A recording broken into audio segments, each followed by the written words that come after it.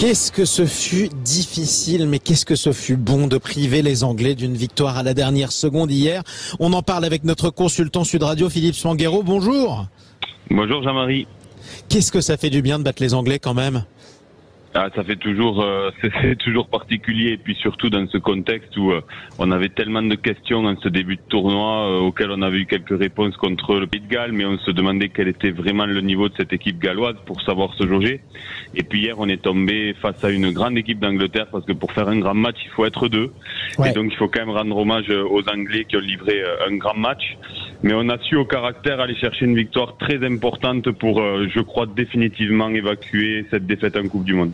Absolument, 33-31 à la dernière seconde sur une pénalité de Thomas Ramos de quoi, 50 mètres à peu près, c'est ça?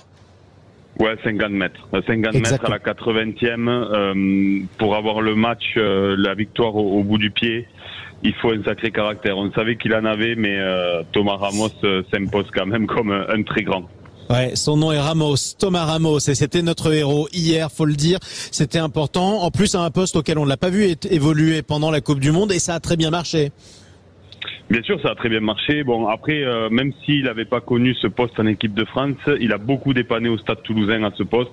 On savait qu'il avait toutes les qualités pour y jouer, mais comme c'était pas un vrai numéro 10 en équipe de France, on a évité longtemps de l'installer, mais par la succession de blessures, Romain Ntamak et puis ensuite Mathieu Jalibert, il s'est imposé et il a constitué une formidable charnière avec Nolan Le Garec, parce qu'on peut parler de nos jeunes et du vent de fraîcheur qu'ils ont su amener en fin de tournoi, et Nolan Le Garec en est un superbe exemple.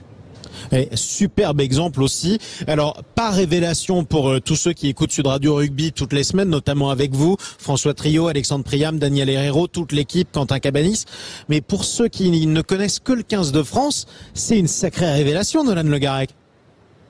Oui, c'est vraiment une grande révélation, même pour nous, hein, parce que c'est vrai que entre performer en top 14 et hisser son niveau de jeu tout de suite, puisque dès sa première sélection à Cardiff la semaine dernière, il a été élu homme du match.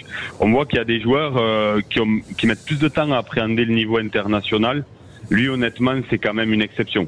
Donc, il y a lui, mais on peut citer aussi Georges-Henri Colombe, le remplaçant pilier du Racing aussi. On peut citer bien sûr Meafou, même si Meafou, on l'attendait depuis un petit peu plus longtemps et son arrivée en bleu a été un peu contrariée. Mais clairement, c'est ce mélange entre ces joueurs qui ont vécu la Coupe du Monde et ces nouveaux qui a créé cet électrochoc et permis, je crois, de rebondir favorablement en fin de tournoi. Et tout ça, ça nous donne un tournoi d'enfer qui commence par une rouste infligée par les Irlandais au stade Vélodrome de Marseille. On s'est vu champion du monde il y a 6 mois. On était persuadé que ça allait marcher. En tout cas, on y croyait dur comme fer. C'était avant le mondial. On a perdu d'un cheveu en quart contre l'Afrique du Sud. Là, on s'est senti, mais la tête sous la terre, franchement, par moment dans ce tournoi. Qu'est-ce qu'on retient comme impression ? On retient, alors c'est vraiment un tournoi étrange qui termine bien et on se pose vraiment la question aussi de sa densité. Je crois que maintenant qu'il est terminé, on peut se dire aussi qu'il a jamais été aussi dense quelque part en termes de niveau des équipes.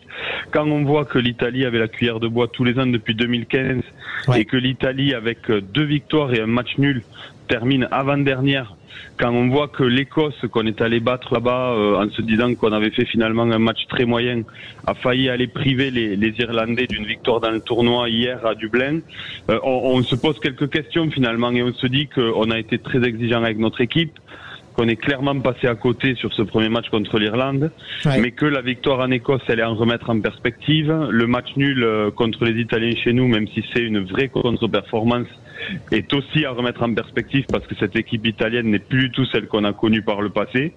Et puis, ça fait du bien aussi de se remettre en question, de se dire qu'on n'a plus beaucoup de certitudes et de se remettre au boulot. Et je crois que ça a fait du bien aussi à Fabien Galtier, parce que quand il a commencé ce tournoi en disant que 80 ou 90% de son groupe serait celui qui irait à la Coupe du Monde en 2027, ça a surpris beaucoup d'observateurs dont nous, et on a vu déjà qu'en un seul tournoi, il a été obligé de s'adapter et de tester des joueurs auxquels il n'aurait pas pensé, avec beaucoup de succès finalement.